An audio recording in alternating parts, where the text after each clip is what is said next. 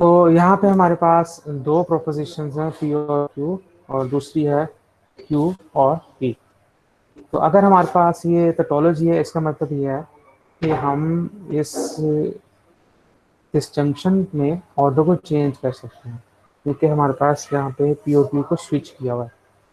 तो इसका मतलब यह है कि पी और q is logically equivalent to q और पी। तो ये टोपोलॉजी आ गया, इसका मतलब है कि ये दोनों इक्विवेलेंट है। एक और एग्जांपल देखते हैं। यहाँ पे हमारे पास हमने दोनों की बाय इंप्लीकेशन लिया है, और वह हमारे पास फॉल्स आ गया। इसका मतलब यह है कि ये दोनों लॉजिकली इक्विवेलेंट नहीं है, और अदर वे में हम कह सकते हैं कि इट इज़ अ कंट्राडिक्शन। अब नेक्स्ट हमारे पास है कि अगर दो प्रोपोजिशंस आपके पास लॉजिकली इक्विवेलेंट है, तो हम उसको मेंशन करते हैं पी, और थ्री लाइंस हमने यूज़ की हैं, और फिर दूसरी प्रोपोजिशन क्यू। और नेक्स्ट पॉइंट इसमें यह है कि आपके पास जो इक्विवेलेंस की जो नोटेशन है, थ्री लाइंस, ये हमारे पास कोई लॉजिकली ऑपरेटर नहीं है, ये एक लॉजिकल प्रोपोजिशंस नहीं बनती, बल्कि ये दो प्रोपोजिशंस की इक्विवेलेंस को शो कर रही है। ये just it is just a notation. तो समटाइम्स हम क्या करते हैं कि बाय इम्प्लीकेशन की जगह हम उसमें सॉरी, थ्री लाइंस की जगह हम उसमें डबल एरोस और टू लाइंस के साथ यूज कर लेते हैं कि हमारे पास ये लॉजिकली इक्विवेलेंट है। और ऊपर जो एग्जांपल यूज किया है वो जस्ट ये पॉसिबल नहीं था मेरे पास दूसरा, तो इसलिए यहाँ पे मैंने ये यूज किया। तो ये वाला डबल लाइंस डबल एरोज वाला जो, इसके साथ आप कंफ्यूज नहीं कीजिएगा इस वाले के साथ। अभी तक कोई क्वेश्चन है स्टूडेंट्स का तो मुझे बताएं, अदरवाइज हम नेक्स्ट स्लाइड पे मूव करते हैं।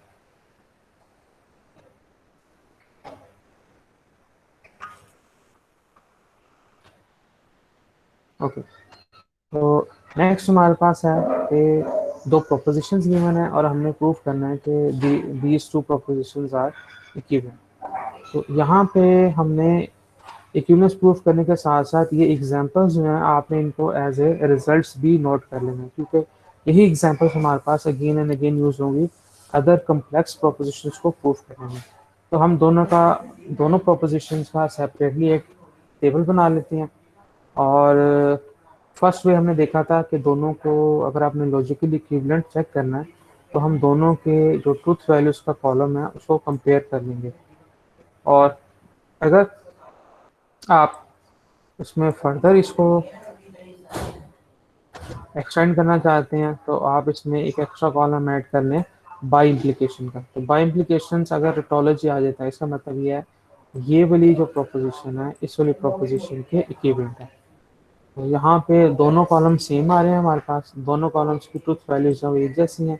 इसका मतलब है कि दोनों जो हैं वो एक दूसरे के इक्विवेलेंट है। तो ये हमारा आज का फर्स्ट रिजल्ट है, जो हम अगेन एंड अगेन आज के लेक्चर में यूज करेंगे। और ये हमारे पास बेसिकली क्या है कि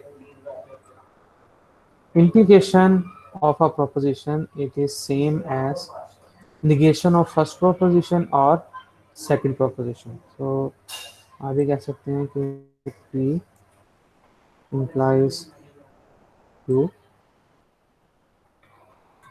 it is equivalent to not P और Q। तो ये फर्स्ट रिजल्ट है जो आपने याद रखना है, ये अगेन एंड अगेन यूज होगा।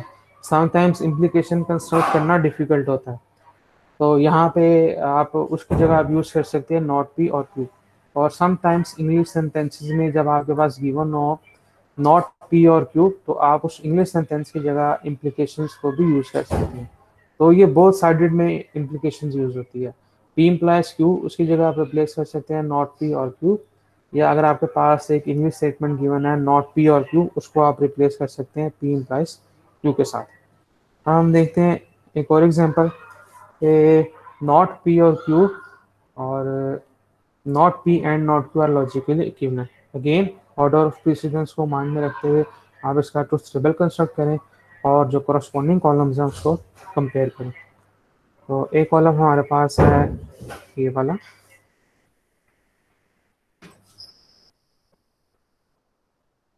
और दूसरा कॉलम हमारे पास है ये वाला। तो दोनों की जो ट्रुथ वैल्यूज हैं आप देखें दोनों की सेम है, इसका मतलब ये है कि ये लॉजिकली इक्विवेलेंट है। और एक चीज़ एक्स्ट्रा आप ये कर सकते हैं कि एक नेक्स्ट कॉलम में इंट्रोड्यूस करवाएं जिसमें इन दोनों प्रोपोजिशंस की बाय इम्प्लीकेशन लेंगे, और अगर बाय इम्प्लीकेशन टॉलरेट दी आती है तो वो भी यही चीज़ डिटेक्ट करेगा कि ये दोनों प्रोपोजिशन जो है वो इक्विवेलेंट है।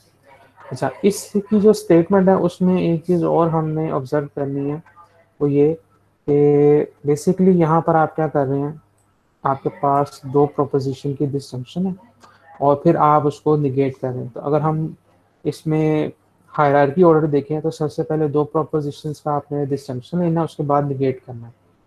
और यहाँ पे टेबल से दोनों इक्विवेलेंट है, इसका मतलब ये है कि यही जो प्रोपोजिशन है ये इक्विवेलेंट होगी अगर हम दोनों प्रोपोजिशंस को पहले निगेट कर लें और फिर हम उसमें डिस्जंक्शन की जगह उसका कंजंक्शन ले लें। तो ये आप बिल्कुल ऐसे ही हो सकता है जैसे आप कहें कि आपने इस निगेशन को इस पी के साथ और इस निगेशन को क्यू के साथ यूज कर लिया, और जो आपके पास डिस्जंक्शन था वो चेंज हो गया कंजंक्शन में।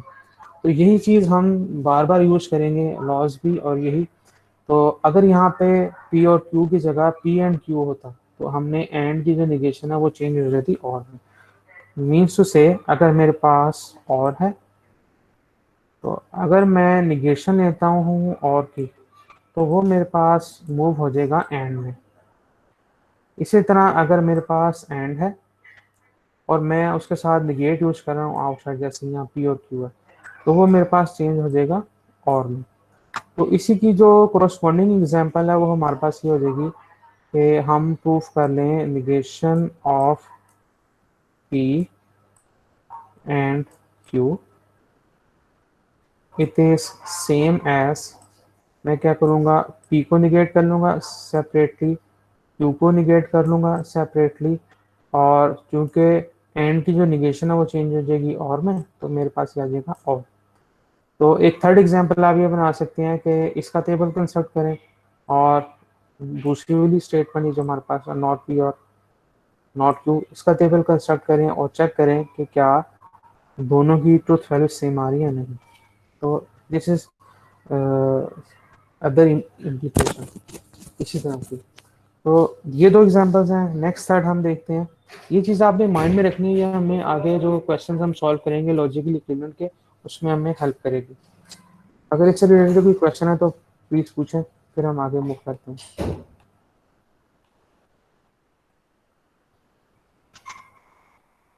ओके, थर्ड एग्जांपल हमारे पास ये है कि यहाँ पे हमने ब्रैकेट्स यूज किए हैं और इसमें हमारे पास सेम टाइप के सॉरी डिफरेंट टाइप्स के लॉजिकल ऑपरेटर्स यूज हुए।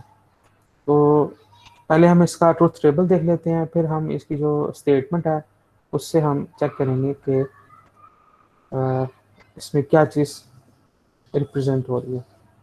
तो टेबल हमने कंस्ट्रक्ट किया और फिर हमने उसमें देख लेते हैं ट्रुथ वैल्यूज क्या क्या है। फॉर एग्जांपल ये कॉलम है एक,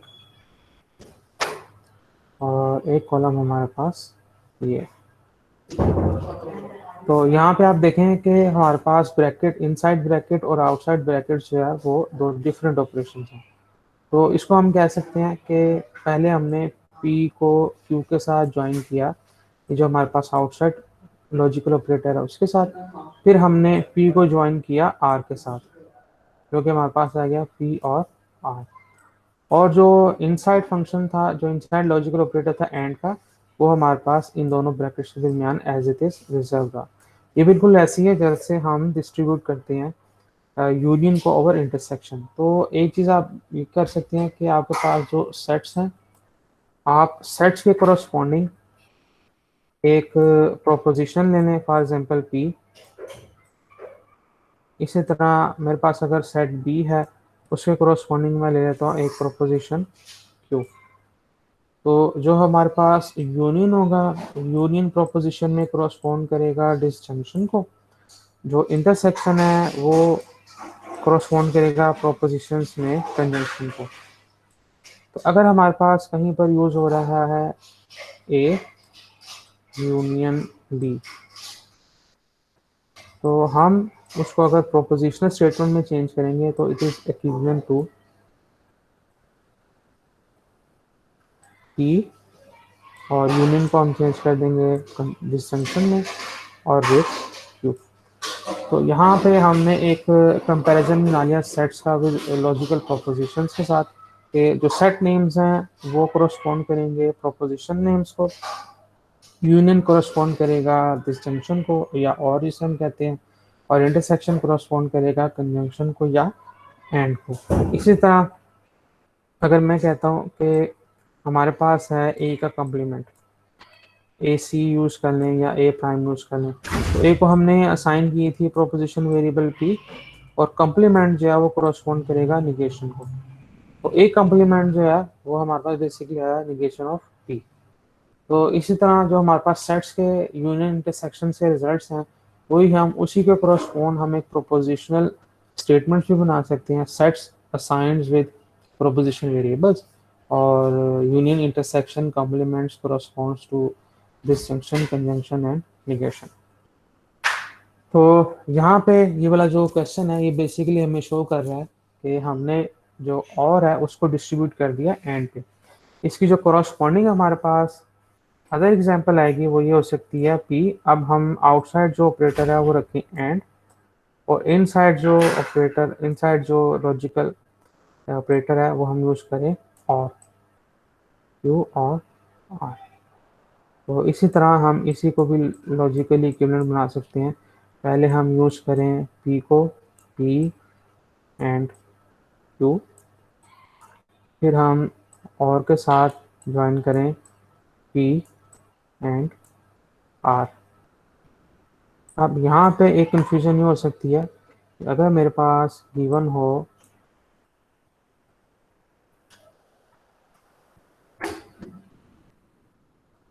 पी एंड क्यू और are, it is not logically equivalent to P and Q और R। तो यहाँ पे आप इसका ये जो मैंने नॉट इक्विवेलेंस लिखी है, आप इसका ट्रुथ टेबल बनाएं और चेक करें इससे क्या फर्क पड़ता है। क्योंकि ये जो ऊपर वाला है ये हमारे पास डिस्ट्रीब्यूट हो रहा है, और ये जो नीचे वाला है इसमें हमारे पास सेपरेटली यूज नहीं हो रहा है। यहाँ पे बेसिकली हमारे पास क्या हो रहा है कि ये जो राइट साइड है हमारे पास, यहाँ पे अगर हम ऑर्डर ऑफ प्रेसिडेंस यूज करें तो ऑर्डर ऑफ प्रेसिडेंस हमें ये कहता है कि सबसे पहले आपने कंजम्पशन को यूज करना है, पी एंड क्यू हमने फाइंड करना है, और फिर हम उसका जो डिस्टिंक्शन है वो यूज करेंगे आपके साथ। तो ये एक छोटी सी एक्सरसाइज है आप लोगों के लिए, आप इन दोनों के ट्रुथ टेबल्स बनाएं सेपरेटली, और फिर कंपेयर करें कि ट्रुथ वैल्यूज, और चेक करें क्या ये लॉजिकली इक्विवेलेंट है या नहीं है। तो नेक्स्ट हमारे पास है दी मॉर्गन्स लॉ। हमने सेट ए और बी को असाइन किया प्रोपोजिशन वेरिएबल्स पी क्यू, और जो हमारे पास कॉम्प्लीमेंट्स था उसको हमने असाइन कर दिया इक्वेशन। तो ये हमारे पास है दी मॉर्गन्स लॉ। तो चारों एग्जांपल्स हम एक दफ़ा फिर दोबारा मैं आपको बता दूं, यही चार एग्जांपल्स हम अपकमिंग जो लॉज हम डिफाइन करेंगे उसमें यूज होंगी। तो जो हमारे पास फर्स्ट वन था वो था कि P implies Q is logically equivalent to not P or Q. Some question?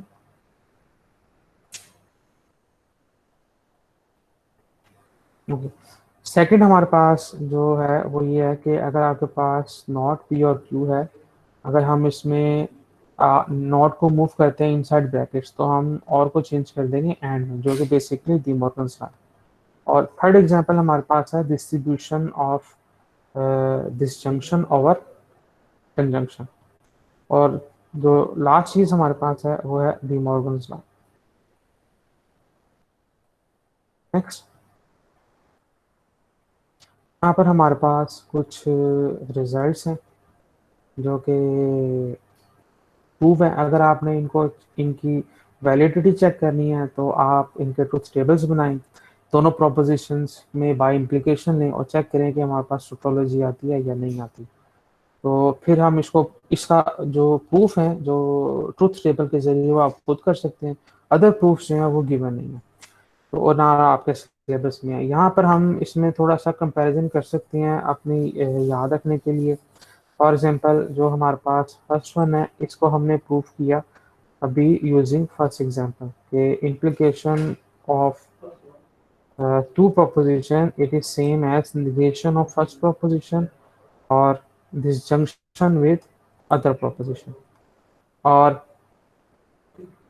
इसी तरह हमारे पास अगर आप देखें जो सेकंड वाली प्रोपोजिशन है, सेकंड प्रोपोजिशन में जो लेफ्ट हैंड साइड पे वो इम्प्लीकेशन है और जो राइट हैंड साइड पे है वो हमारे पास है कॉन्ट्रा पॉजिटिव। तो जब हमने डिफाइन किया था कॉन्ट्रा पॉजिटिव और उसके ट्रुथ टेबल्स बनाए थे, तो ये बात मैंने बताई थी आपको, implication it is same as contrapositive. तो सेकंड वाली क्वांटिटी जो है, जो सेकंड वाला एक्सप्रेशन है, वो हमारे पास लॉजिकली इक्विवेलेंस प्रोवाइड कर रहा है इम्प्लीकेशन और कॉन्ट्रा पॉजिटिव की। इसी तरह हमारे पास थर्ड वन वाला है।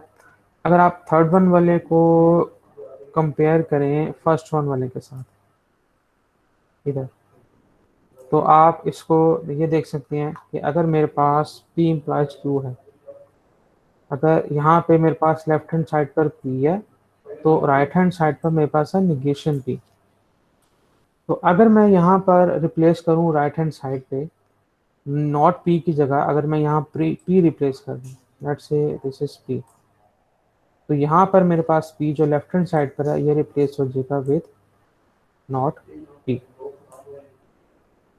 तो जो थर्ड वाली हमारे पास स्टेटमेंट है वो बेसिकली फर्स्ट वाले से ही हमने ऑब्टेन की है। तो आप ये कह सकते हैं कि जो थर्ड वाली है वो इसी की फर्स्ट वाले की एक अदर इक्विवेलेंट फॉर्म है। और फोर्थ वन को भी चेक करने के लिए आप उसका कंपैरिजन कर सकते हैं ट्रुथ टेबल से। ट्रुथ कॉलम्स को कंपेयर करें तो आपके पास P and Q it is same as negation of P implies not Q।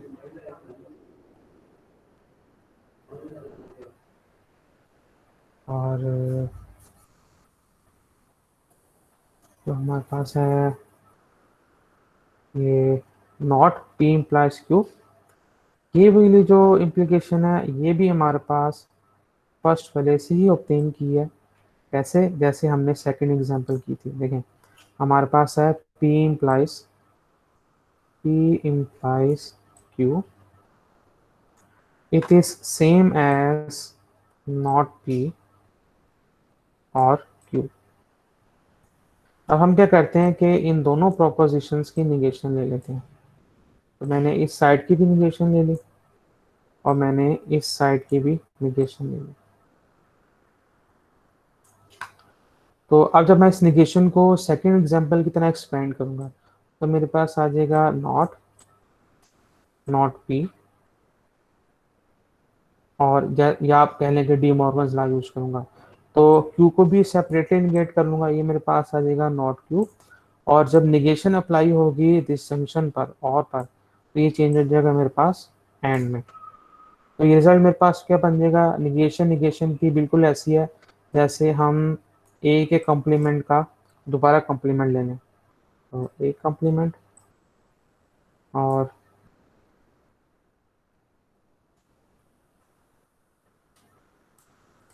A complement, और अगर इसका दोबारा कॉम्प्लीमेंट लें तो हमारे पास सेट इटसेल्फ आ जाता है। इसी तरह निगेशन निगेशन पी लेंगे तो हमारे पास पी इटसेल्फ आ जाएगा। तो इसको हमने थोड़ा सा सिंप्लीफाई किया, तो जो हमारे पास ये वाली प्रोपोजिशन है ये फर्स्ट वाले की दूसरी फॉर्म बन गई। तो ये जो ऊपर वाले हमारे पास हैं तीन चार जो आइडेंटिटीज हैं ये बेसिकली इम्प्लीकेशन से ही ऑब्टेन की गई हैं। तो इसी तरह आप बाकी जो क्वेश्चंस हैं उनको भी सॉल्व कर सकते हैं यूजिंग दीज लॉज, जो बेसिक लॉज हैं हमारे पास इम्प्लीकेशन के, दी मॉर्गन्स के और निगेशन के। उसके बाद जो हमारे पास जो लास्ट वाली इम्प्लीकेशंस हैं उसमें भी हम कंपेयर कर सकते हैं कि इन फोर रिप्रेजेंटेशंस में क्या क्या चेंज है। तो अगर आप फर्स्ट वाली और थर्ड वाली देखें तो इसमें जो हमारे पास फर्स्ट वाला प्रोपोजिशनल वेरिएबल है वो रिपीट हो रहा है। जैसे P implies Q and P implies R, इसमें फर्स्ट वाला जो प्रोपोजिशन वेरिएबल है वो रिपीट हो रहा है, और जो थर्ड वन है हमारे पास P implies Q और P implies R, ये भी रिपीट हो रहा है। तो फर्स्ट वन में और थर्ड वन में हमारे पास क्या डिफरेंस है? फर्स्ट वन विद कंजंक्शन है, जो सेकंड वन है इट इज विद डिसजंक्शन। तो हमने इसकी जो राइट साइड पे इम्प्लीकेशन है वो क्या किया, जो रिपीट हो रहा है उसको हम एज ए हाइपोथेसिस लिख लेंगे। इम्प्लीकेशन में फर्स्ट वाला हाइपोथेसिस होता है और जो कंक्लूजन है वो बाद वाला होता है। तो अगर हमारे पास दोनों प्रोपोजिशंस के हाइपोथेसिस सेम है तो हम हाइपोथेसिस को कंबाइन कर लेते हैं, और इनमें जो कंक्लूजन्स हैं वो डिफरेंट हैं, तो कंक्लूजन्स को हम कंबाइन कर लेंगे उस लॉजिकल ऑपरेटर के साथ जो इसमें इन्वॉल्व है। तो इन दोनों इम्प्लीकेशंस के साथ कंजंक्शन इन्वॉल्व है, तो हम इसके जो कंक्लूजन्स हैं उसको कंबाइन कर लेंगे विद हेल्प ऑफ कंजंक्शन। इसी तरह जो थर्ड वन वाला है वो भी सेम प्रोपोजिशन है, लेकिन यहाँ पर हमारे पास डिसजंक्शन है। तो हाइपोथेसिस सेम है, हमने हाइपोथेसिस को कंबाइन कर लिया, और जो कंक्लूजन्स हैं उसको हमने कंबाइन कर लिया विद लॉजिकल ऑपरेटर। और अब हम मूव करते हैं सेकंड वन और फोर्थ वन की तरफ। तो सेकंड वन में आप देखें कि यहाँ हमारे पास कंक्लूजन्स तो सेम है, लेकिन जो हाइपोथेसिस है वो डिफरेंट है। तो हम क्या करेंगे कि जो हमारे पास इक्विवेलेंट प्रोपोजिशन है उसमें कंक्लूजन दोनों के सेम लिख लेंगे, और जो हाइपोथेसिस है उसको हम कंबाइन कर लेंगे उसके ऑपोजिट लॉजिकल ऑपरेटर के साथ। तो ऑपोजिट क्या है? फॉर एग्जांपल जो मैंने कहा था निगेशन ऑफ एंड है, तो ये हमारे पास कोरस्पॉन्ड हो जाएगा और के। अगर हमारे पास निगेशन ऑफ और है तो ये कोरस्पॉन्ड हो जाएगा एंड के साथ। अगर हमारे पास हाइपोथेसिस सेम है तो देर इज नो चेंज, लेकिन अगर हमारे पास कंक्लूजन सेम है तो हम क्या करेंगे, कंक्लूजन फाइनल में सेम, हाइपोथेसिस को हम ज्वाइन कर लेंगे, हाइपोथेसिस को हम ज्वाइन कर लेंगे with the opposite of operator. तो यहाँ हमारे पास एंड था तो हमने ज्वाइन कर लिया हाइपोथेसिस को और के साथ, यहाँ हमारे पास और था तो हमने प्रोपोजिशन को ज्वाइन कर लिया एंड के साथ। तो ये हमारे पास एक छोटी सी टेक्निक है इन रिजल्ट्स को याद रखने की। एक और टेबल है हमारे पास जिसमें हम यूज करेंगे बाय इम्प्लीकेशंस। तो जो फर्स्ट वन है बाय इम्प्लीकेशंस, वो हमारे पास है डेफिनेशन ऑफ बाय इम्प्लीकेशन। हमने कहा था कि P if and only if जो है वो बेसिकली दो प्रोपोजिशंस की कंपोजिशन है, कि हम मूव कर सकते हैं पी से क्यू की तरफ और हम मूव कर सकते हैं क्यू से पी की तरफ। P implies Q, it is P is sufficient for Q, या हम कह सकते हैं Q is necessary for P. इसको हमने कंबाइन किया है, क्यू इम्प्लाइज पी, इसका मतलब है q is sufficient for p और p is necessary for q. तो ये तो इसकी डेफिनेशन है। बाकी जो इक्विवेलेंसेस हैं वो आप देख लें। फॉर एग्जांपल सेकंड वन वाला है, सेकंड वाले में हमारे पास ये है कि पी और क्यू की बाय इम्प्लीकेशन ये हमारे पास सेम रिजल्ट प्रोवाइड करती है एज इट्स निगेशन, कि अगर आप पी और क्यू में बाय इम्प्लीकेशन ले लें या उन दोनों की निगेशन में बाय इम्प्लीकेशन ले लें, इट इज सेम। ये हमारे पास एक और चीज़, एक और इम्पोर्टेंट रिजल्ट्स है जिसमें हम प्रूफ टेक्निक्स में यूज करेंगे, प्रूफ बाय कंट्राडिक्शन। तो जिसमें हम क्या करते हैं कि हम गिवन स्टेटमेंट की ऑपोजिट स्टेटमेंट लेते हैं, और जब हम उसको मैथमेटिक्स रूल्स अप्लाई करते हुए स्टेप्स से सिंप्लीफाई करते हैं तो हमारे पास आउटपुट जो है उसके ऑपोजिट आ जाती है। तो बेसिकली हम इसको कहते हैं it is proof by contradiction. तो ये वाली जो इम्प्लीकेशन है ये यही शो कर रही है कि दो प्रोपोजिशंस के दरमियान बाय इम्प्लीकेशन बिल्कुल ऐसी है जैसे उन दोनों के ऑपोजिट की बाय इम्प्लीकेशन। तो और नेक्स्ट हमारे पास है कि अगेन यहाँ पे उन्होंने कंबाइन किया हुआ है दो डिफरेंट प्रोपोजिशंस को। अब यहाँ पे एक अच्छी एक्सरसाइज ये हो सकती है कि आप इस वाली साइड्स को चेक करें कि ये वाली जो हमारे पास साइड है वो इन ऊपर वाले लॉज में से कौन सा लॉ यूज करते हुए ऑब्टेन की है। जरूरी नहीं है कि ये ऊपर से ही ऑब्टेन हो, लेकिन हम इसमें रिलेशंस फाइंड कर सकते हैं।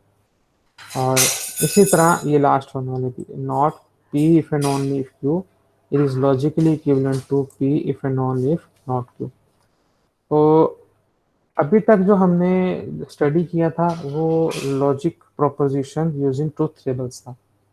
तो आज वाला जो हमारे पास ये दो टेबल्स हैं और एक अपकमिंग टेबल है लॉज वाला, तो ये वाली लॉज, ये वाली प्रॉपर्टीज यूज करते हुए हम लॉजिकल इक्विवेलेंट प्रूफ करेंगे। एक चीज़ आपने ज़हन में रखनी है, अगर क्विज है या मिड टर्म का एग्जाम है या फाइनल टर्म का एग्जाम है और आपसे कहा जाता है कि proof the following propositional statement with logical equivalences, तो आप उसमें ट्रुथ टेबल कंस्ट्रक्ट नहीं कर सकते। ट्रुथ टेबल जो है विल गेट नो मार्क्स। आपको यही लॉस यूज करते हुए उनकी सिंप्लीफिकेशन करनी पड़ेगी और उसको मैथमेटिकली प्रोपोजिशनल लॉ से प्रूफ करना पड़ेगा। अभी हम एक दो एग्जांपल्स करेंगे, पहले लॉ सारे बता लें, फिर हम इसको आप मेमोराइज कर लें, इसको लिख लें, इसकी बार बार प्रैक्टिस कर लें। जैसे मैंने आपको यहाँ एक्सप्लेन किया कि एक दो बेसिक्स प्रॉपर्टीज़ हैं, उसी से हम बाकी किसी हद तक प्रॉपर्टीज़ डिराइव कर सकते हैं। तो नेक्स्ट हमारे पास है ये equivalences laws. For example first one वाला है, यहाँ पे जो बोल्ड टी है वो हमारे पास शो कर रहा है ट्रूथ वैल्यूज, जिसमें हम टी ही यूज करेंगे। तो अगर मैं कहता हूँ फर्स्ट प्रोपोजिशन मेरे पास है पी, पी में हमारे पास दो ही पॉसिबिलिटीज हैं, पी ट्रू हो सकता है या पी फॉल्स हो सकता है। तो यहाँ पे जो बोल्ड टी है वो ये यूज कर रहा है, ये यहाँ पे शो कर रहा है कि हमारे पास इसको हमने कंपेयर करना है पी को विथ ट्रूथ वैल्यूज ट्रू, तो ये भी ट्रू होगा। और ये भी हमारे पास ट्रू होगा। तो पी और ये हमारे पास है होल टी। तो अगर आप कंपेयर करें इस, अगर आप एंड लें तो हमारे पास क्या है, दोनों ट्रूथ वैल्यूज हैं, तो ये हमारे पास ट्रू आएगा। ये दोनों हमारे पास डिफरेंट हैं, तो ये जो एंड है वो हमारे पास फॉल्स आएगा। तो आप देखें कि ये वाला जो हमारे पास रिजल्ट आया वो और पी, ये वाला कॉलम, और जो हमारे पास कॉलम है ये दोनों सेम है। तो हम कह सकते हैं कि हमारे पास एक लॉजिकल प्रोपोजिशन है, उसका कंजंक्शन अगर हम ट्रूथ वैल्यूज के साथ लें तो वो एज इट इज वही प्रोपोजिशन आ जाती है, और अगर हम उसका डिसजंक्शन फॉल्स के साथ लें तो वही प्रोपोजिशन आ जाती है। तो इसको हम कहते हैं इट इज आइडेंटिटी लॉ। बिल्कुल ऐसे जैसे सेट में हम कहते हैं, अगर एलिमेंट्स में कहते हैं 4 + 0 = 4, 5 × 1 = 1, यानी कि अगर हम जीरो ऐड करते हैं किसी भी नंबर में तो नंबर इटसेल्फ आ जाता है, तो इट इज एडिटिव आइडेंटिटी। 5 के साथ 1 को मल्टीप्लाई करें तो हमारे पास 5 आ जाता है, तो 1 इज मल्टीप्लिकेटिव आइडेंटिटी। यहाँ पे अगर हम आइडेंटिटी देखना चाहते हैं विद रिस्पेक्ट टू कंजंक्शन तो वो ट्रू यूज होगा, अगर विद रिस्पेक्ट टू डिस्टिंक्शन देखना चाहते हैं तो वो हमारे पास फॉल्स होगा। इसी तरह अगर हम इसके corresponding different different logical operators ले लेते हैं, फर्स्ट वाले में एंड था, अगर मैं और यूज कर लेता हूँ तो वो जो आपके पास ओरिजिनल प्रोपोजिशंस है वो हमें एज ए रिजल्ट में सेम एज इट इज नहीं आती, तो हम कहते हैं कि पी जो है वो ट्रू में अब्सॉर्ब हो गया। तो ये हमें हमारे पास होंगे डोमिनेशन लॉस। सो पी और टी हमारे पास जो इक्विवेलेंट है वो ट्रू ही आएगा, तो it is proposition P is dominated by true. और अगर हम एंड कंसिडर करते हैं तो हमारे पास फॉल्स आ जाएगा, it is dominated by false. अब आइडेम्पोटेंट हमारे पास है बिल्कुल ऐसी जैसे हमारे पास सेट्स में होता है या नंबर्स में होता है। हम एक सेट का स्क्वायर लेते हैं और अगर हमारे पास सेट इटसेल्फ आ जाए तो हम कहते हैं इट इज आइडेम्पोटेंट।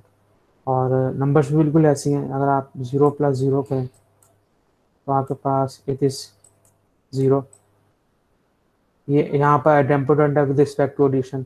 इसी तरह 1 का स्क्वायर लें, 1 × 1 इट इज़ 1, तो यहाँ पे जो आइडेम्पोटेंट है वो विद रिस्पेक्ट टू मल्टीप्लिकेशन है।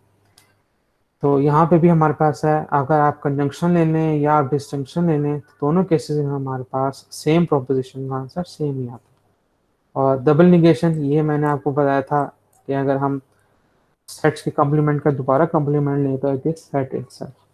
और कॉमोटेटिव लॉ ये हमने एक एग्जांपल के थ्रू प्रूफ किया था जिसमें हमने टोपोलॉजी की डेफिनेशन देखी थी कि पी और क्यू और क्यू और पी दोनों की बाय इम्प्लीकेशन है तो टोपोलॉजी है, इसका मतलब है दोनों हमारे पास इक्विवेलेंट है। नेक्स्ट हमारे पास है एसोसिएटिव लॉस। एसोसिएटिव लॉस और डिस्ट्रीब्यूटिव लॉस में आपने एक चीज़ नोट करनी है कि हमारे पास एसोसिएटिव में जो लॉजिकल ऑपरेटर्स हैं वो सेम है। सो हमारे पास लेफ्ट साइड पे अगर दो ही एक्सप्रेशन यूज हुए हैं तो यहाँ पे भी हमारे पास दो ही हैं। राइट साइड पे। लेकिन जब आपके पास ब्रैकेट्स में और आउटसाइड दी ब्रैकेट दो डिफरेंट लॉजिकल ऑपरेटर्स आएंगे, तो हमारे पास ये ओरिजिनल रेंज है वो स्प्लिट हो जाएगी दो में। हम डिस्ट्रीब्यूट करेंगे पी को क्यू के साथ भी और टी को आर के साथ भी। तो ये मेजर डिफरेंस है बिटवीन एसोसिएटिव और डिस्ट्रीब्यूटिव। डी मॉर्गन्स लॉ हमने ऑलरेडी देख लिया हुआ है। और नेक्स्ट हमारे पास है एब्जॉर्प्शन लॉ। एब्जॉर्प्शन लॉ में भी आप ये देख सकती हैं कि दोनों प्रोपोजिशंस में अगर हमारे पास दो डिफरेंट प्रोपोजिशंस हैं, वो दो डिफरेंट लॉजिकल ऑपरेटर्स के साथ दो डिफरेंट प्रोपोजिशंस हैं, जिसमें एक प्रोपोजिशन रिपीट हो रही है, जैसे आप आपके पास डिस्ट्रीब्यूटिव लॉ है। इस डिस्ट्रीब्यूटिव लॉ में अगर आप आर की जगह पी रिप्लेस कर दें और नीचे में भी आर की जगह आप पी रिप्लेस कर दें, तो हमारे पास एज ए आंसर जो रिपीट हो रहा होगा प्रोपोजिशन में वो ही अपीयर होगा। तो अब्जॉर्प्शन लॉ बेसिकली ये है कि अगर आपके पास एक कंपाउंड प्रोपोजिशंस में दो डिफरेंट लॉजिकल ऑपरेटर्स हैं और एक प्रोपोजिशन जो है वो रिपीट हो रही है, तो आंसर हमारे पास क्या आएगा, रिपीटेड वेरिएबल। अब यहाँ पे पहले हमारे पास डिसजंक्शन है और फिर कंजंक्शन है। सेकंड वाले में हमारे पास पहले कंजंक्शन है और बाद में डिसजंक्शन है। तो इट इज अब्सॉर्प्शन लॉ। और जो हमारे पास लास्ट वन है उसको भी हम एज कंपैरिजन टू सेट्स कर सकते हैं, क्योंकि अगर हमारे पास सेट ए है और हमने इसका जो कॉम्प्लीमेंट है सेट का, उसका हमने करस्पॉन्ड किया था उसके निगेशन के साथ। तो अगर हम सेट का उसके कॉम्प्लीमेंट के साथ यूनियन लें तो हमारे पास यूनिवर्सल सेट आ जाता है। इसी तरह हम कह सकते हैं कि अगर प्रोपोजिशन का उसकी निगेशन के साथ हम और लें, यूनियन लें, तो हमारे पास तो ये ट्रू वैल्यूज आ जाती है लास्ट कॉलम में। इसी तरह अगर हम सेट ए का इंटरसेक्शन ले लें उस सेट के कॉम्प्लीमेंट के साथ, तो सेट और उसके कॉम्प्लीमेंट में हमारे पास कुछ भी कॉमन एलिमेंट्स नहीं होते, तो it is empty, nothing is there. तो इसी तरह अगर हमारे पास P और इसके निगेशन का हम कंजंक्शन लेंगे, तो ये हमारे पास आ जाएगा एज ए फॉल्स। तो यहाँ मैंने थोड़ी सी ट्राई की है आपको लॉजिक समझाने की कि इन एक प्रोपोजिशन दूसरे के इक्विवेलेंस कैसे है, इसको आप इस तरह से याद कर सकते हैं। तो आपका वे डिफरेंट हो सकता है अनलेस के आप वही चीज़ लिखें जो कि यहाँ ऑलरेडी प्रूव्ड है। और आपने अगर इसको चेक करना है कि वाकई ये लॉज होल्ड करते हैं, तो वन वे है वो ये, आप कंस्ट्रक्ट करें ट्रुथ टेबल्स और उनकी कोरस्पॉन्डिंग वैल्यू से वो कंपेयर करें। कोई क्वेश्चन है किसी स्टूडेंट का, मुझे बताएं, फिर हम आगे इसकी एग्जांपल्स देखते हैं कि दो प्रोपोजिशंस को इक्विवेलेंट कैसे प्रूव करता है यूजिंग दीज लॉज। अपना रोल नंबर और नेम्स लिख के आप चैट में लिखें, आपके अटेंडेंस लगानी है। और ड्यूरिंग दिस कोई क्वेश्चन है आपका तो प्लीज़।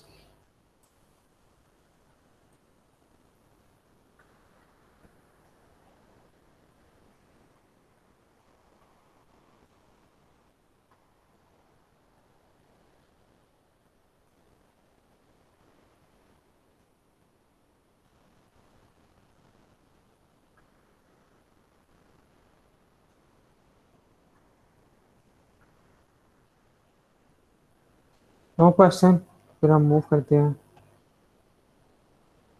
एक्सप्लेनेशन। सर। ओके, तो यहाँ पे हमारे पास एक चीज़ है, वही चीज़ जो मैं आपको बता रहा था, डिफरेंस बिटवीन एसोसिएटिविटी और डिस्ट्रीब्यूटिविटी। तो यहाँ पे सर पी और जी, आपने कुछ स्लाइड्स अपलोड नहीं की ना ये वाली? नहीं आप क्लास के बाद मैं अपलोड करूँगा, क्लास से पहले कैसे करूँगा। नहीं सर। ओके, तो नेक्स्ट हमारे पास है ये, यही बात मैं आपको बता रहा था टेबल में से भी कि यहाँ पर जो हमारे पास लॉजिकल ऑपरेटर्स यूज हुए हैं दोनों सेम है और दोनों का जो प्रीसीडेंस ऑर्डर है वो भी सेम है। तो इट डजेंट मैटर कि आप पहले पी और क्यू फाइंड कर लें, बाद में जो आंसर आएगा आप उसको फाइंड कर लें विथ आर। वन वे ये है। अदर वे क्या है कि पहले आप कैलकुलेट कर लें, टेबल बना लें क्यू डिस्टिंक्शन आर का, और फिर उसके डिस्टिंक्शन आप लेने with p. It is same, so it is logically equivalent to this. तो यहाँ पे बेसिकली ये रिमार्क है कि ये आपके पास जो है इट इज़ वेल डिफाइंड कि ये एक इसमें आप ज़रूरी नहीं कि आप ब्रैकेट यूज़ करें, या इसमें आप ये नहीं कह सकते कि ये एक विदाउट सेंस एक्सप्रेशन है, क्योंकि सेम लॉजिकल ऑपरेटर है और सेम प्रेसिडेंस ऑर्डर है। अगर आप उसको लेफ्ट से राइट की तरफ मूव करते हुए जाएंगे तो हमारे पास एक वैलिड प्रोपोजिशंस की ट्रूथ वैल्यूज आएंगी। नेक्स्ट हमारे पास है कि डी मॉर्गन्स लॉ जो हमने अभी डिस्कस किया था, वहाँ पे हमारे पास दो लॉजिकल प्रोपोजिशंस थी, पी और क्यू। हम उसी डी मॉर्गन्स लॉ को एक्सटेंड कर सकते हैं for more than two propositions, जिसे हम कहेंगे एक्सटेंडेड डी मॉर्गन्स लॉ। एक होगी हमारे पास कंजंक्शन के साथ और दूसरी होगी डिस्टिंक्शन के साथ। तो अब एक एग्जांपल है यूजिंग इंग्लिश सेंटेंसेस, कि हमने इस इंग्लिश सेंटेंस की निगेट करना है और फिर हमने डी मॉर्गन्स लॉ यूज करते हुए उसकी इक्विवेलेंट फॉर्म लिखनी है।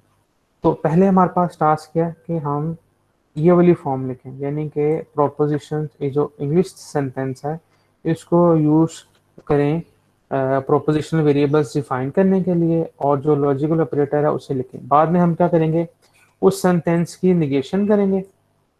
निगेशन करने के बाद उसकी जो इक्विवेलेंट फॉर्म है उसकी फॉर्म में हम इसका सेंटेंस लिखेंगे।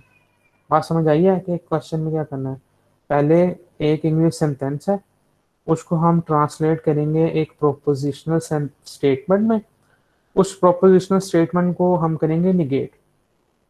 निगेट करने के बाद उस पर अप्लाई करेंगे डी मॉर्गन्स लॉ, जैसे यहाँ पे लेफ्ट साइड पे है, लेफ्ट साइड की फॉर्म में लिखेंगे और डी मॉर्गन्स लॉ यूज करते हुए उसकी राइट हैंड साइड के इक्विवेलेंट बना लेंगे। जब उस इक्विवेलेंट प्रोपोजिशंस को हम in the form of variables लिख लेंगे, तो अगेन हमने लास्ट में उसको ट्रांसलेट करना है इंग्लिश सेंटेंस में। तो ये टास्क है हमारे पास इस एग्जांपल के लिए। जो फर्स्ट सेंटेंस है, Miguel has a cell phone and he has a laptop computer. तो हम क्या करेंगे, हर सेंटेंस के करस्पॉन्डिंग एक प्रोपोजिशनल वेरिएबल असाइन कर लेंगे, और कीवर्ड हमारे पास है एंड। तो एंड की जगह हम यूज कर लेंगे कंजंक्शन। तो जो हमारे पास प्रोपोजिशनल स्टेटमेंट आ जाएगी वो होगी P and Q. Next step पे हम क्या करेंगे, इसको निगेट करेंगे और इस पर डी मॉर्गन्स लॉ यूज करेंगे। तो not p and Q, D Morgan's law use किया तो इसकी जो इक्विवेलेंट फॉर्म है वो आ गई नॉट पी और नॉट क्यू। तो अब हम करेंगे क्या कि इस नॉट पी और नॉट क्यू जो इक्विवेलेंट फॉर्म आई है, इसको यूज करते हुए हम इस वाले सेंटेंस की निगेशन लिखेंगे। तो अब P जो है वो डिनोट कर रहा है Miguel has a cell phone. Not P represent करेगा Miguel don't have a cell phone. इसी तरह यहाँ पे हमारे पास है Q, Miguel has a laptop computer, तो नॉट Q शो करेगा Miguel don't have a laptop computer. तो देखते हैं इसको, हमारे पास आ जाएगा Miguel does not have a cell phone और he does not have a laptop computer. इसी तरह दूसरी वाली एग्जांपल इधर वाली, उसमें हमने वेरिएबल असाइन कर लिए आर और क्यू। यहाँ पर थोड़ी सी टाइपिंग मिस्टेक है, इसको हम लिख लें पी एंड क्यू। तो यहाँ पर आप आर और एस भी ले सकते हैं, मतलब पिछली वाली एग्जांपल्स में वेरिएबल से डिफरेंट करने के लिए। तो let's say p Heather will go to the concert, q Steve will go to the concert. तो जो सेंटेंस है वो हमारे पास क्या है, इधर will go to the concert और she will go to the concert. तो जो कीवर्ड है वो हमारे पास और है, और को यूज करते हुए जो प्रोपोजिशनल स्टेटमेंट बन जाएगी वो पी और क्यू होगी। तो नेक्स्ट स्टेप में हम क्या करेंगे, इसको निगेट करेंगे और डी मॉर्गन्स लॉ अप्लाई करेंगे। तो डी मॉर्गन्स लॉ हमारे पास आ जाएगा नॉट पी और चेंज हो जाएगा एंड में। और लास्ट स्टेप में हम इसी का इंग्लिश सेंटेंस लिखेंगे कि Heather will not go to the concert and Steve will not go to the concert. यहाँ तक अगर कोई क्वेश्चन है आपका तो प्लीज आस्क।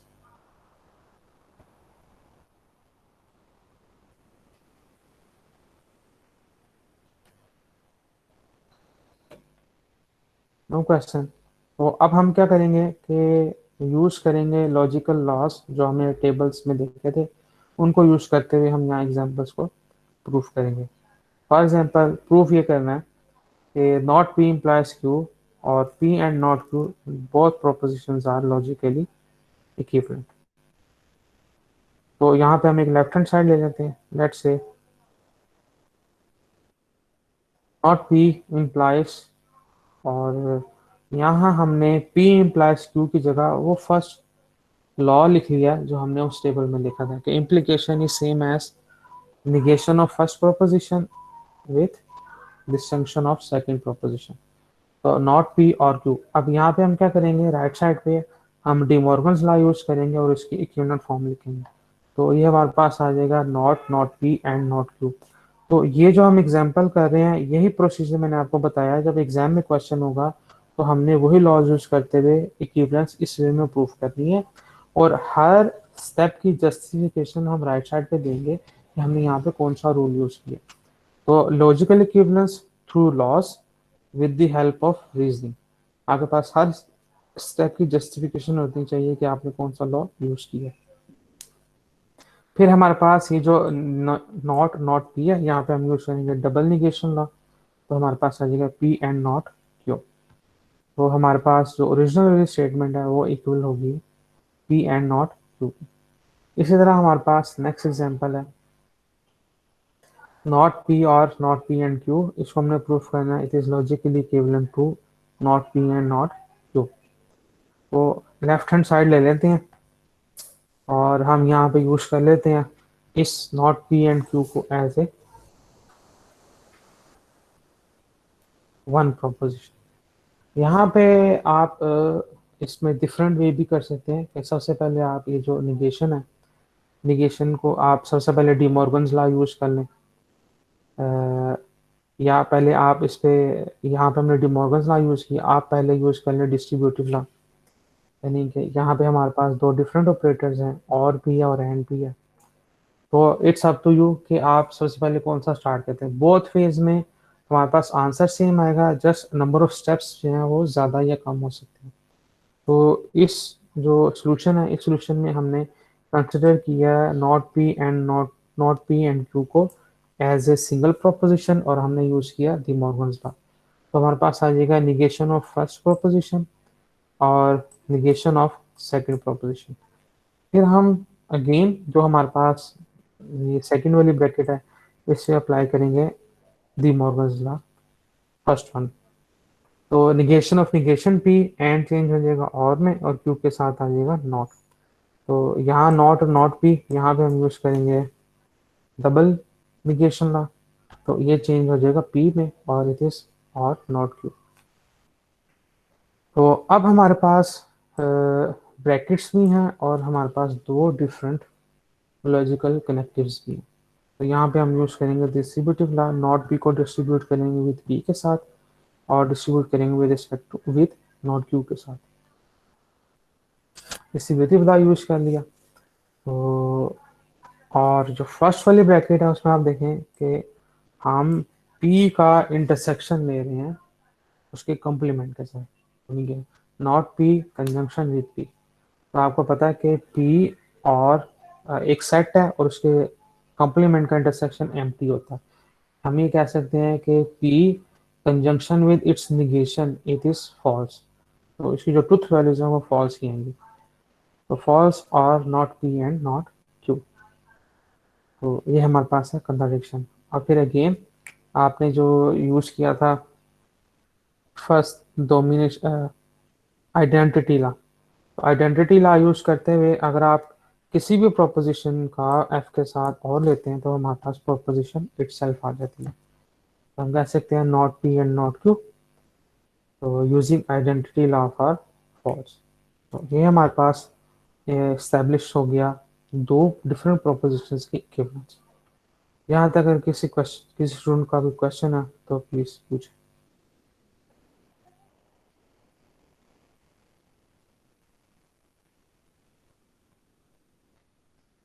सब आप लोग प्रेजेंट हैं?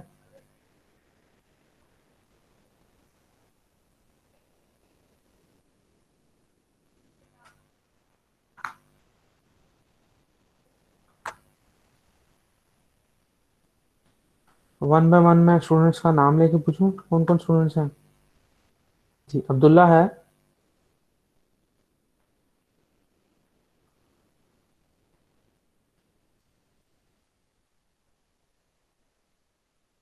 हादिया, हादिया है क्लास में? Yes, sir. जी, कोई क्वेश्चन है आपका? No, sir. ओके। और मोहम्मद उस्मान?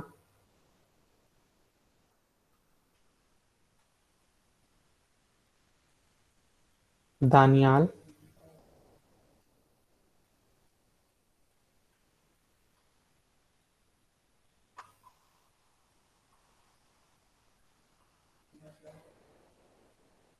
और मुकर्रम अली? फाइका है?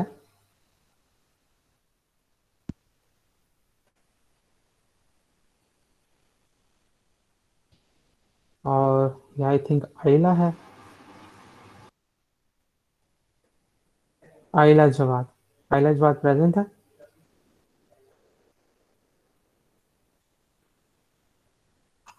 ओके। यस सर, प्रेजेंट है।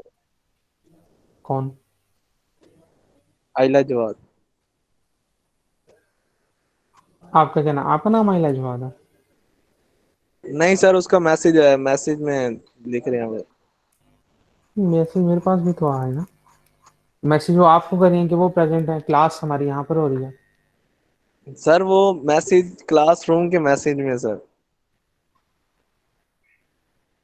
अच्छा चलिए, नेक्स्ट हम देखते हैं example. Don't worry, next week से हमारी क्लासेस जो है वो कैंपस में होंगी। तो सर जी नेक्स्ट वो एक बात आनी थी। जी बताएं। सर जी आपको मेल की थी, मेरा ना सेक्शन मैंने ए में करा लिया है। पहले आपके सेक्शन बी में था, डिस्क्रीट बी में थी। तो मैंने ए में करा ली ऑफिशियली एकेडमिक ऑफिस के थ्रू। तो आपको मैंने मेल भी की थी कि आप मुझे इस गूगल क्लासरूम में ऐड कर दीजिए। तो मैंने आपको ऐड किया तो है, अब आप ज्वाइन नहीं कर रहे एक नहीं ही वो क्लास? ना वो आपकी आपकी वो मीट गूगल की ना वो मेल नहीं आती। ये तो मैंने एक लड़के को कहा था मुझे सेंड कर दो, वो पता नहीं शायद मैं गूगल क्लासरूम में ऐड नहीं हुआ, क्या चक्कर है। नहीं, आप ना, वो मैं ये मैंने जो गूगल मीट का लिंक है ये मैं क्लासरूम में शेयर करता हूँ। और मोहम्मद हमजा, यहाँ पे आप, मेरे पास जो लिस्ट है उसमें मैं जी आपको सर। चेक करके बताता हूँ। Just 1 minute. जी जी। हाँ जी, वो मेरा मैं ना वैसे गूगल क्लासरूम बी में ऐड था, आपके जो सेक्शन है ना बी उसमें था। आप मुझे वहां से रिमूव करके ए में कर दीजिए। जी मैंने आई थिंक किया था आपको। आप मुझे अपना चलिए। बताइए, रोल नंबर मुझे बताएं, मैं दोबारा चेक जी सर, करता हूँ। 2714 है, 2714 19L। 2714। जी हमजा जी जी। जी जी। जी सर जी। ठीक है सर, ओके। मैंने आपको सेंड कर दिया। ठीक ठीक है। चलिए, नेक्स्ट हमारे पास है कि हमने यहाँ पर प्रूफ करना है कि p and q implication with p और q, it is a tautology. Again यहाँ पे हम ट्रुथ टेबल यूज नहीं करेंगे, क्योंकि हमारा जो टास्क है वो बेसिकली है यूजिंग लॉजिकल लॉस।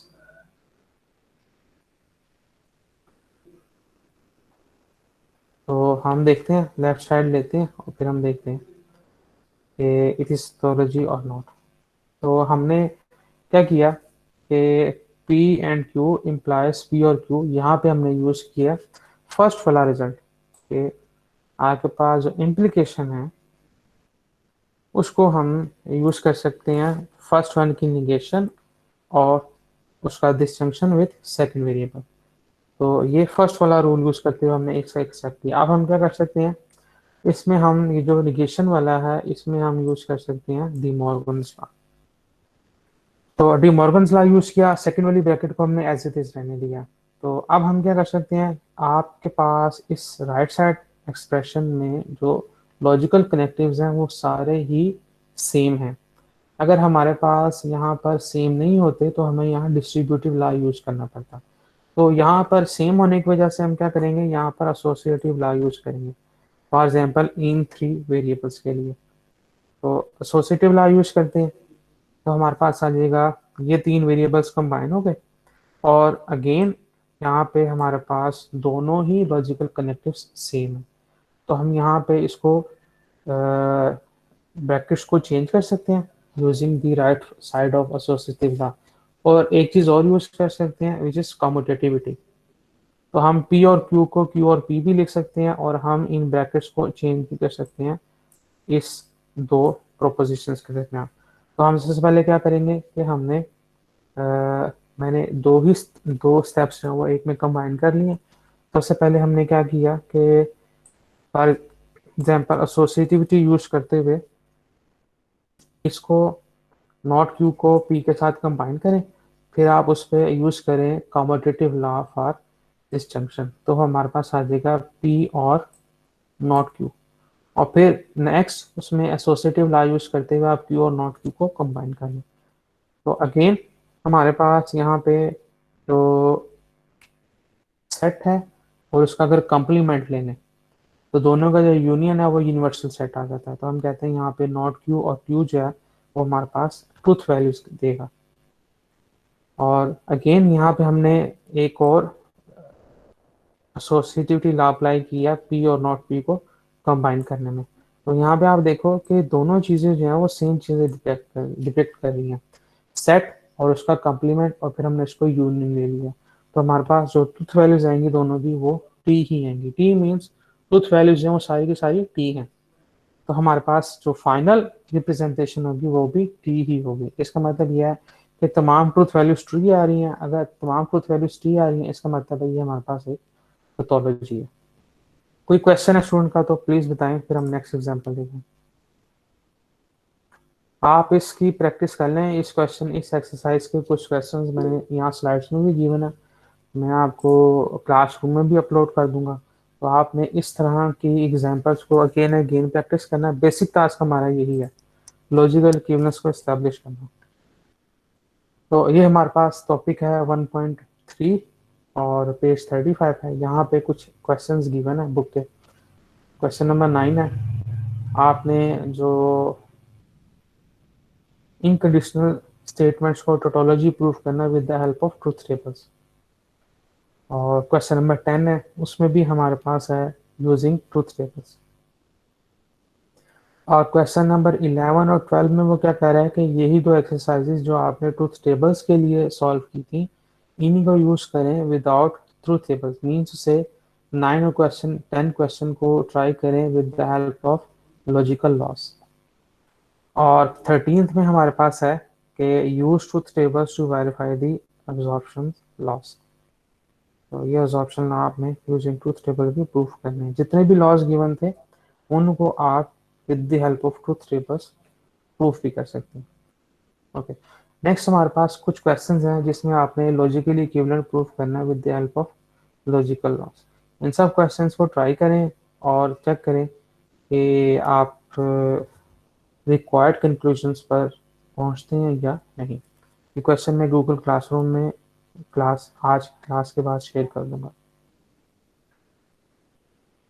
कोई क्वेश्चन है आपका तो मुझे बताएं, फिर हम अदरवाइज नेक्स्ट टॉपिक पे मूव करें।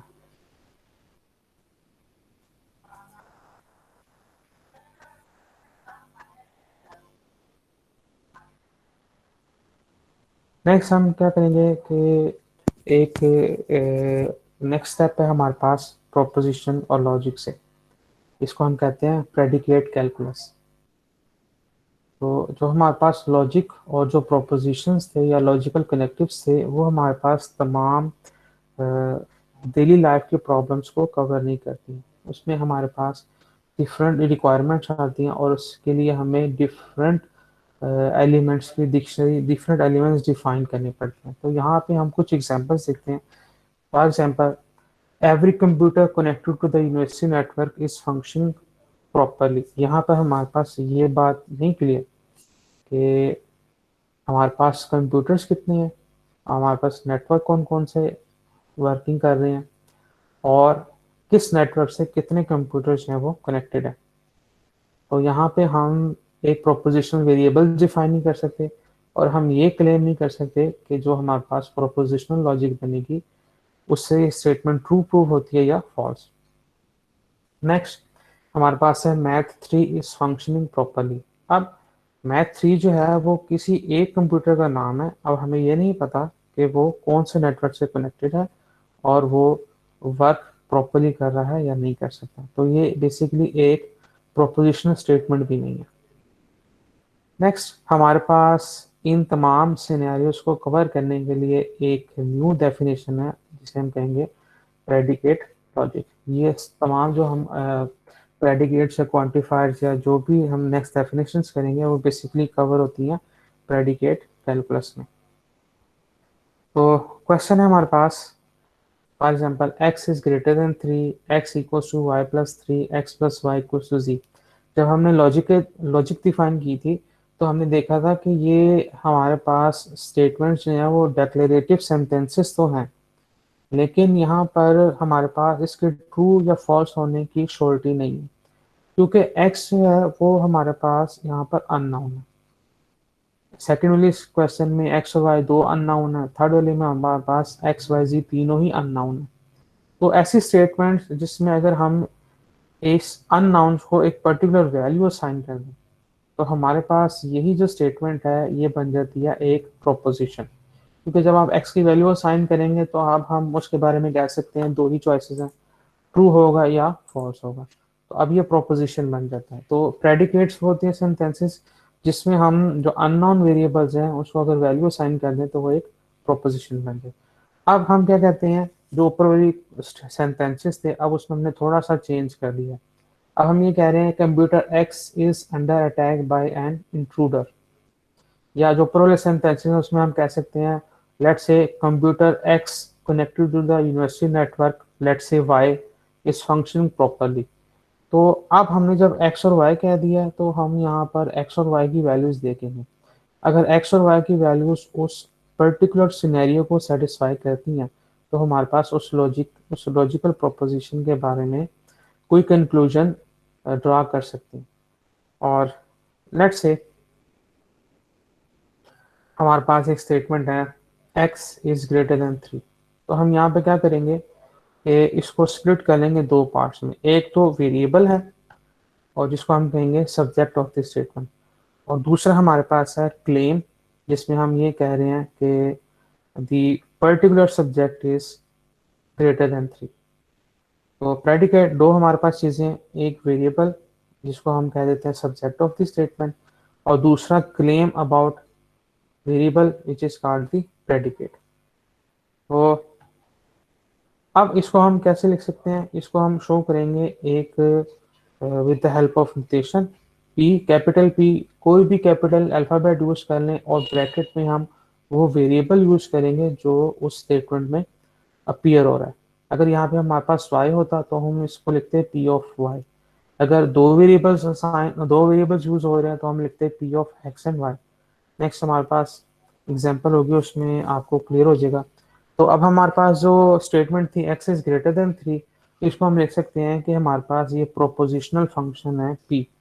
फंक्शन हम इसलिए कह रहे हैं क्योंकि फंक्शन में हमारे पास वेरिएबल्स के कोरस्पॉन्डिंग डिफरेंट वैल्यूज आती जाती हैं, वो डिपेंड करता है कि हम फंक्शन की डोमेन क्या ले रहे हैं।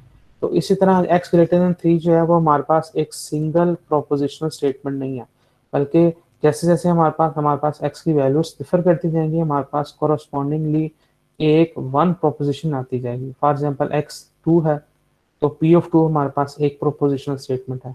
अगर हम x की वैल्यू 4 ले लेते हैं तो p ऑफ 4 हमारे पास एक डिफरेंट प्रोपोजिशनल स्टेटमेंट है। तो हमारे पास x की डिफरेंट वैल्यूज के लिए डिफरेंट प्रोपोजिशनल स्टेटमेंट आ जाएगी, तो हम कहते हैं कि p ऑफ x बेसिकली एक प्रोपोजिशनल फंक्शन है।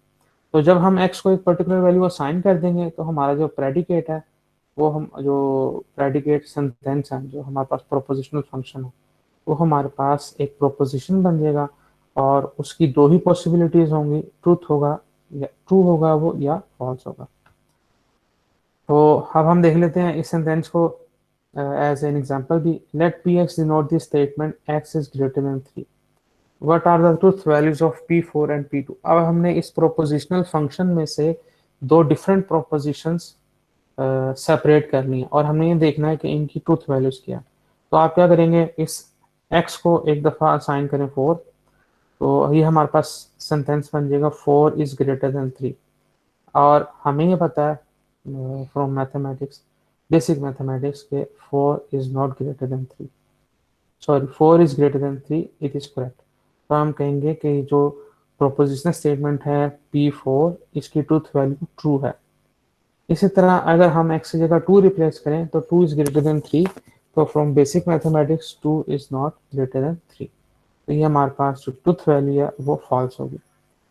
एक और क्वेश्चन लेते हैं। हमारे पास एक प्रोपोजिशनल फंक्शन है A of X, computer x is under attack by an intruder.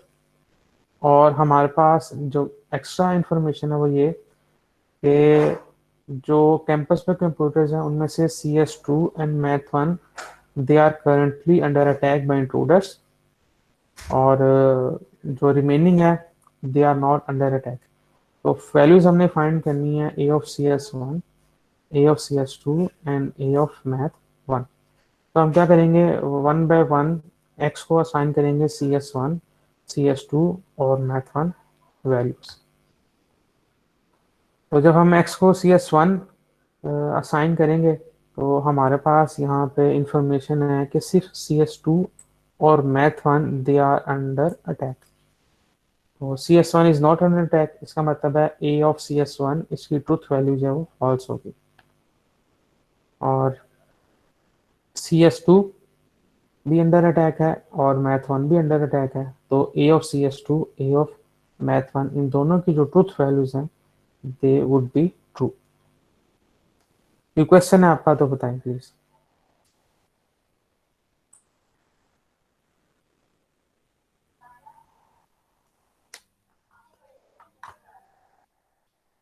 Okay, थोड़ी सी और एग्जांपल्स देखते हैं हम, थोड़ी सी डिफरेंट। फॉर एग्जांपल, ओके, ये हमारे पास एक दूसरी डेफिनेशन है जो कि प्रेडिकेट के साथ कंबाइन है। अगर आप इसमें पहली वाली एग्जांपल देखें जो हमने पहला सेंटेंस बनाया था, every computer connected to the university network. अब यहाँ पे हमारे पास ये क्लियर नहीं है कि कंप्यूटर्स कितने हैं। हो सकता है 10 हो सकता है 50 हो सकता है 100 हो। तो इसका मतलब ये है कि हमें प्रेडिकेट के साथ साथ जो आप डोमेन यूज करें, जैसे ये x इज ग्रेटर देन 3 है। अब मैंने कहा कि p ऑफ x जो है वो हमारे पास प्रोपोजिशनल फंक्शन है। उस प्रोपोजिशनल फंक्शन में जो x की वैल्यूज है वो मिनिमम कहाँ से स्टार्ट हो रही है, मैक्सिमम कहाँ तक जा रही है, या x जो है उसकी डोमेन क्या है। तो उसके बारे में हमारे पास जो इंफॉर्मेशन है वो डिनोट करते हैं हम यूजिंग क्वांटिफायर्स। ये आपने यूज किए होंगे कैलकुलस में भी और फर्स्ट ईयर सेकेंड ईयर में, जब आप कहते हैं कि एवरी और एनी। तो ये जो सारे नंबर्स हैं वो हमारे पास होते हैं क्वांटिफायर्स। दो तरह के हम क्वांटिफायर यूज करेंगे, यूनिवर्सल क्वांटिफायर्स और एग्जिस्टेंशियल क्वांटिफायर्स।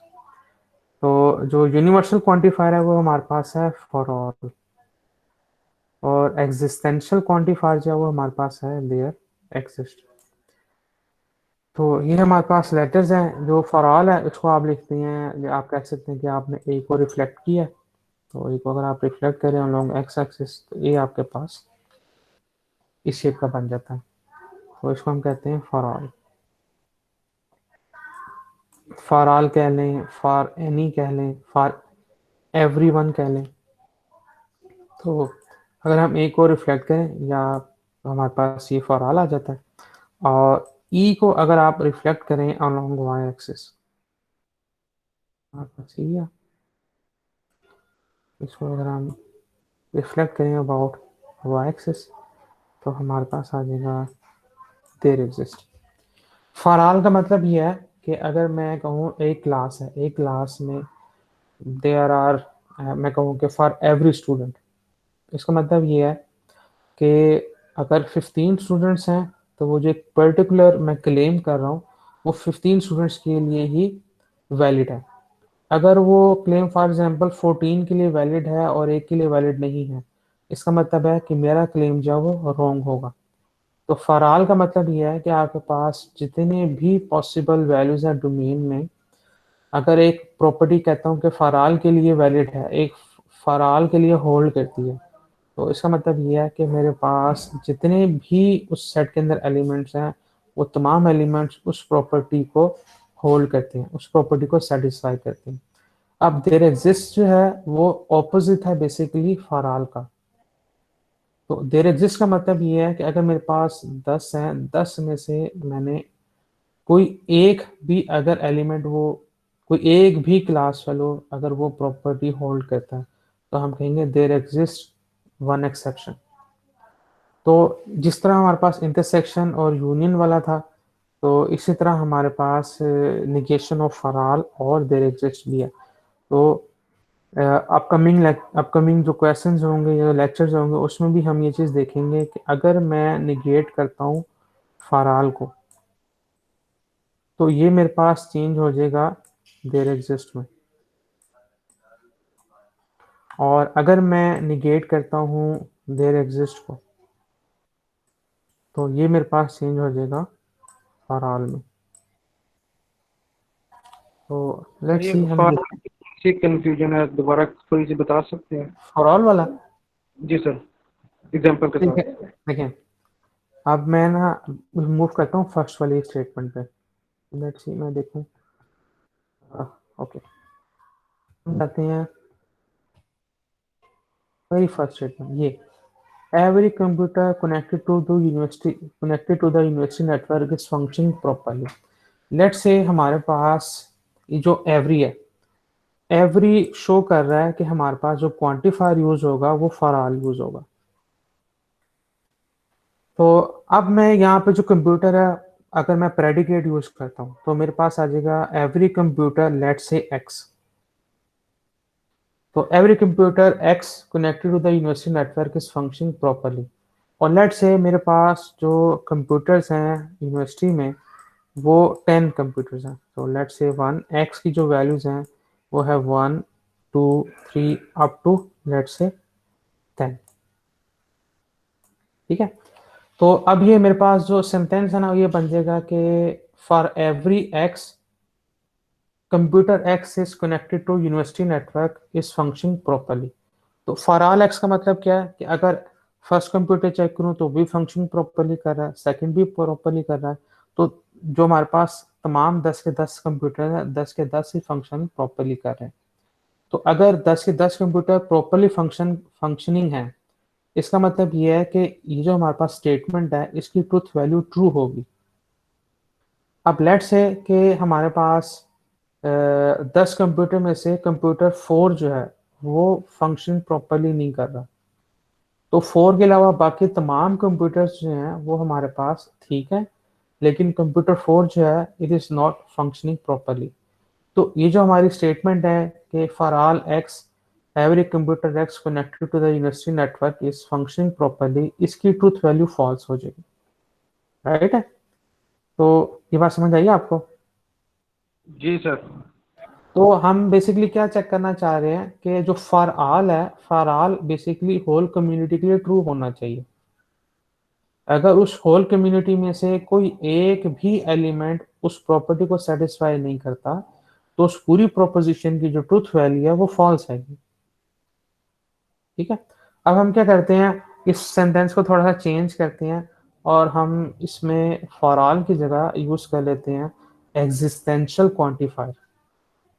तो ये स्टेटमेंट क्या होगी कि there exist x such that computer x connected to university network is function properly.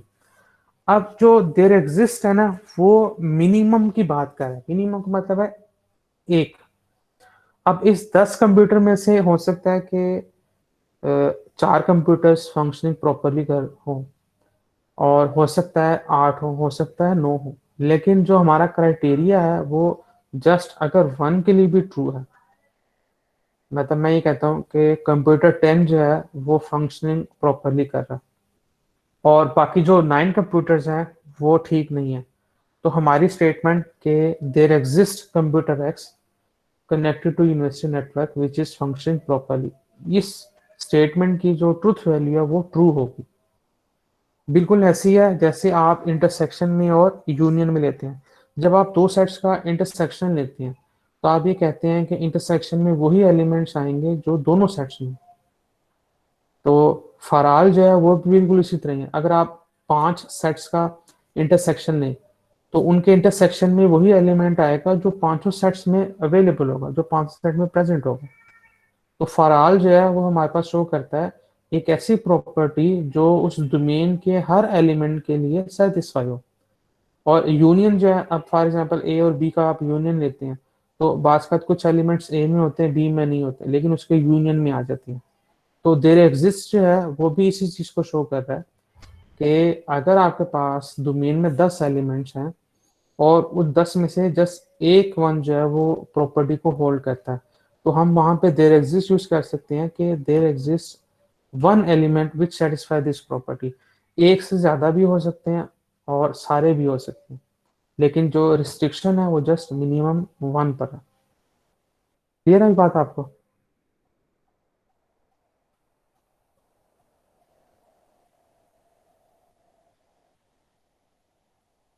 अगर सब सेटिस्फाई नहीं करते हैं इसका मतलब है देयर एग्जिस्ट की ट्रूथ वैल्यू फॉल्स है। अब मैं कहता हूँ कि there exist a computer x connected to university network which is functioning properly.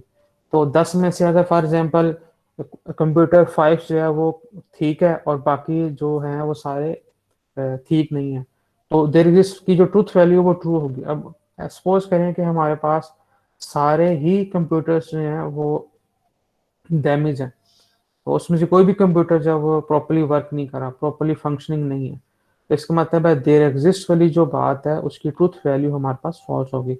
इसकी डिफरेंट एग्जांपल्स, इसकी डिफरेंट इम्प्लीकेशंस जो है वो हम इंशाल्लाह ताला नेक्स्ट क्लास में करेंगे। अभी हमारा जो पर्पज़ है वो ये है कि इससे फेमिलियर हो जाए फॉर ऑल और देयर एग्जिस्ट। आप अंडरस्टैंडिंग के लिए फॉर ऑल को ले सकते हैं compare to definition of intersection, और देयर एग्जिस्ट को as compare to definition of union. और एक चीज और इम्पोर्टेंट बात जो मैंने आपको बताई कि फराल की निगेशन जो है वो देयर एग्जिस्ट होगी और देयर एग्जिस्ट की जो निगेशन है वो फराल होगी। यहाँ तक अगर आपको कंफ्यूजन है, कोई क्वेश्चन है तो बताएं, अदरवाइज हम लेक्चर क्लोज करें और नेक्स्ट लेक्चर में इसकी फर्दर डिटेल्स डिस्कस करेंगे।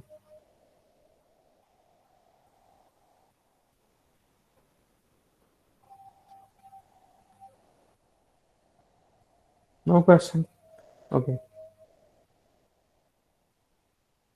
पी एक्स बेसिकली मेरे पास है कि आप जैसे मेरे पास एक सेट है, एक सेट में ये बिल्कुल ऐसी है जैसे आप एक कंप्यूटर प्रोग्राम में अरे डिफाइन करते हैं। अगर आपके पास 10 एलिमेंट्स हैं तो आप उसको डिफाइन कर लेते हैं A1 A2 A3 A4 A5 up to A10। तो अब मैं अगर उस 10 एलिमेंट्स की अरे को एक वेरिएबल असाइन करूं तो मैं क्या करूंगा, AI कर दूंगा। तो पी एक्स भी बेसिकली ऐसी है। अब मैं ये कहूँ कि P1 P2 P3 P4 up to P10 computers are connected, तो इस लेंथी एक्सप्रेशन को लिखने के लिए मैं कह सकता हूँ P ऑफ X, और X हमारे पास होगा 1 2 3 अप टू 10। तो मैं ये कह सकता हूँ कि P of X is a statement that computer X is connected.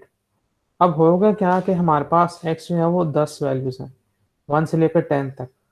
तो अब अगर मैं ये स्टेटमेंट यूज करता हूँ P of X computer X is connected, ये प्रोपोजिशन नहीं है क्योंकि हमारे पास X के बारे में अभी कोई इंफॉर्मेशन नहीं है।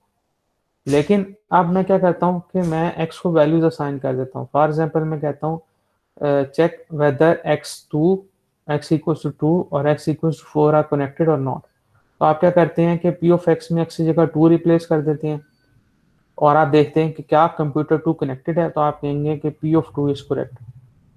फिर आप चेक करते हैं X की जगह वैल्यू 4, तो इसका मतलब है P4 computer 4 is connected to network. तो आप चेक करें क्या P4 कंप्यूटर कनेक्टेड है, अगर कनेक्टेड है तो उसकी ट्रूथ वैल्यू ट्रू होगी, अगर नहीं कनेक्टेड है तो उसकी ट्रूथ वैल्यू फॉल्स होगी। तो यही चीज हमने एक्सप्लेन किया उसको through an example. I hope कि आपको इसका आइडिया क्लियर हुआ होगा। अच्छा शुल्करनैन, आपने मुझसे पूछा how for all is negation of there exist. देखें फराल है, अगर आपके पास, अगर मैं कहता हूँ 10 कंप्यूटर्स हैं, 10 में से हमारे पास 9 जो हैं वो करेक्ट है और एक जो है वो फंक्शनिंग प्रॉपरली नहीं कर रहा, तो फराल तो करेक्ट नहीं हुआ ना। तो अब आप इसको ये कह सकते हैं कि देयर एग्जिस्ट अब फराल है। फराल तो उसी वक्त ठीक होगा अगर 10 के 10 कंप्यूटर ठीक है। अब उस 10 में से अगर एक कंप्यूटर ठीक नहीं है तो आप उसकी जो ट्रूथ वैल्यू है या उसका जो एक्सप्लेनेशन है वो कैसे करेंगे। There exist the computer x which is not functioning properly. मैं आपको रिपीट करता हूँ, मेरे पास 10 कंप्यूटर हैं और मेरा क्लेम ये है for x 1 up to 10 computer x are functioning properly. जब आप उन 10 कंप्यूटर्स को वन बाय वन चेक करते हैं तो आपको उसमें से एक कंप्यूटर ऐसा मिल जाता है जो कि करेक्ट नहीं है। इसका मतलब है कि मेरी ये स्टेटमेंट कि for all x 1 to 10 computer x are working properly, ये फॉल्स हो गई। अब इसी स्टेटमेंट को मैं इसकी निगेशन कैसे शुरू करूंगा, मतलब मैं अपने स्टेटमेंट में ये कह सकता हूँ there exist a computer x which is not functioning properly. आपने देखा था कि कंप्यूटर 5 जो है वो ठीक वर्किंग नहीं कर रहा था, तो there exist computer 5 which is not functioning properly. तो इस तरह जो अगर हम फॉर ऑल की निगेशन करेंगे तो ये हमारे पास देयर एग्जिस्ट आ जाएगा, और अगर देयर एग्जिस्ट की निगेशन करेंगे तो हमारे पास फॉर ऑल आ जाएगा। अपकमिंग लेक्चर्स में हमारे पास बहुत सारे एग्जांपल्स होंगे सेंटेंसेस की भी, आपके पास मैथमेटिकल एक्सप्रेशंस जो आपने कैलकुलस में पढ़े हैं, जिसमें एक मैं आपको यहाँ पे कोट करता हूँ, जैसे हमारे पास था every convergent sequence is bounded, तो यहाँ पर एवरी जो है वो फॉर ऑल आ रहा है। तो डिस्क्रीट मैथ स्टार्ट करते हुए मैंने आपको बताया था कि ये टॉपिक, ये जो डिस्क्रीट मैथमेटिक्स का सब्जेक्ट है, ये बेसिकली हमारे पास जो मैथमेटिक्स के थ्योरम्स के स्टेटमेंट्स हैं उनको समझने में, एल्गोरिथम्स को बनाने में, उनके स्टेप्स की वेरिफिकेशन में, उनकी एक्यूरेसी और प्रिसीजन को चेक करने में बहुत हेल्प करेगा। ये एक as a helping technique tool जो है वो बहुत ही यूजफुल है मैथमेटिक्स के लिए भी, कंप्यूटर्स के लिए भी। और कोई क्वेश्चन आपका? नो क्वेश्चन, तो हम क्लास यहाँ पे बाइंड अप करते हैं, और जो नेक्स्ट क्लास है वो हम कंटिन्यू करेंगे क्वांटिफायर्स से, एग्जिस्टेंशियल क्वांटिफायर्स और यूनिवर्सल क्वांटिफायर्स। ओके, अल्लाह हाफिज़।